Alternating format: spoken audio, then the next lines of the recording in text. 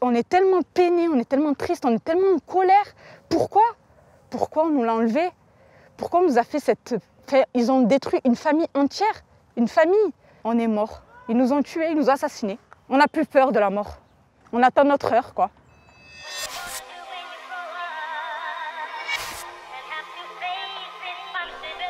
Je m'appelle Adama Kamara. J'ai 32 ans. J'ai grandi ici, à Garges-les-Gonesse.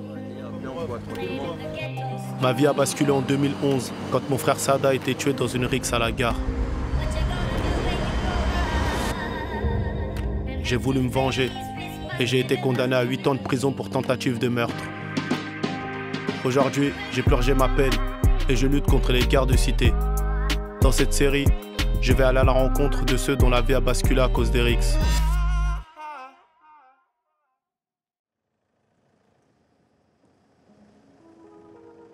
C'est la première fois que je viens dans un quartier à Toulouse.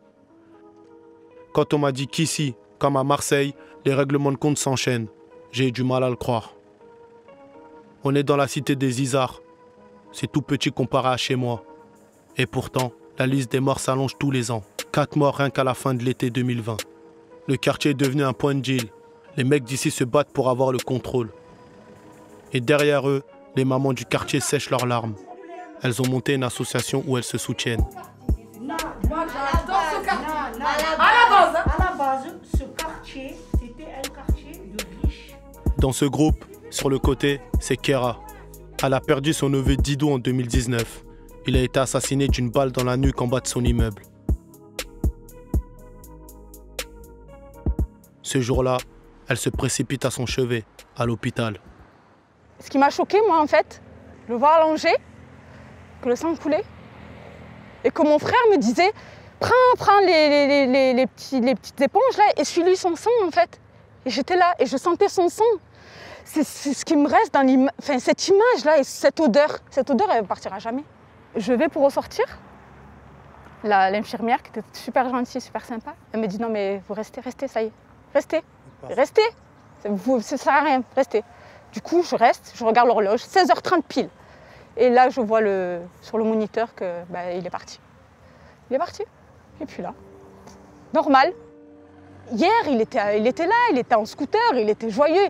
Aujourd'hui, il n'est plus là, mais c'est pas possible en fait. Qu'est-ce qui se passe? Et aujourd'hui, après avoir vécu ce drame, comment tu te sens? Comment vous vous sentez dans votre famille? Le 4 mai 2019, c'est une date, on ne l'oubliera jamais. Et depuis ce jour-là, on est mort. Ils nous ont tués, ils nous ont assassinés. Notre neveu est parti, on est parti avec. On est mort, on est tous morts.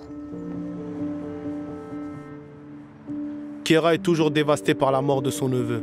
Je connais ça. Mon petit frère est mort il y a 10 ans. Mais la douleur est toujours là.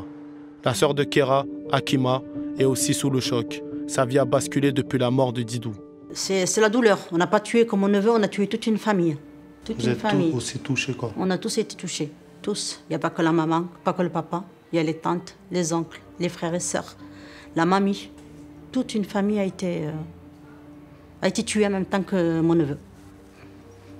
Est-ce que tout ce que vous vivez, c'est un traumatisme pour vous? Bien sûr, c'est un grand traumatisme. Bien sûr. Vous le sentez? Oui. J'ai jamais eu besoin de prendre des cachets pour dormir. Depuis ce moment-là, ça va faire 2 ans, je dors qu'avec des cachets. Je prends les cachets pour le stress, je prends les cachets pour tout. Les mamans des Isards forment un bloc, unis dans la peine, pour Didou, mais aussi pour tous les autres. Et quand je les regarde, je pense à tout ce qu'on dit après une rixe. Les parents seraient démissionnaires, absents, donc responsables. Et souvent, on aime bien dire que c'est la faute des parents, ce qui se passe. Vous avez quoi à répondre à ces personnes qui pensent comme ça? Je suis pas d'accord. Mais alors vraiment pas d'accord. Parce que les parents, moi je les vois. Je suis une maman d'un ado. Les parents, on est là. On a toujours été là. Toujours derrière eux. Mais c'est la rue qui veut ça. C'est les fréquentations qui veulent ça. Donc l'influence de la rue, le quartier, les amis. Voilà, les amis, les copains. Ça a beaucoup d'impact sur l'éducation des parents. On a beau les éduquer, beau le respect, mais non. Une fois qu'ils sont dehors, qu'ils sont au lycée, tout ça, ça y est. L'enfant, il change. Salut l'équipe, c'est Adama Kamara. Merci d'avoir regardé cet extrait de notre documentaire sur Street Press. Pour voir l'épisode en intégralité, rendez-vous sur le site de notre partenaire France TV Slash. On vous a mis le lien en description. J'ai participé à un groupe de parole qu'ont monté les mamans des Isards. Elles parlent des règlements de compte dans leur quartier sans tabou. On ne veut pas qu'une autre personne vive ce que nous on vit. Une pensée à toutes ces mamans courageuses qui ont témoigné. Abonnez-vous pour ne pas louper la suite. À bientôt l'équipe.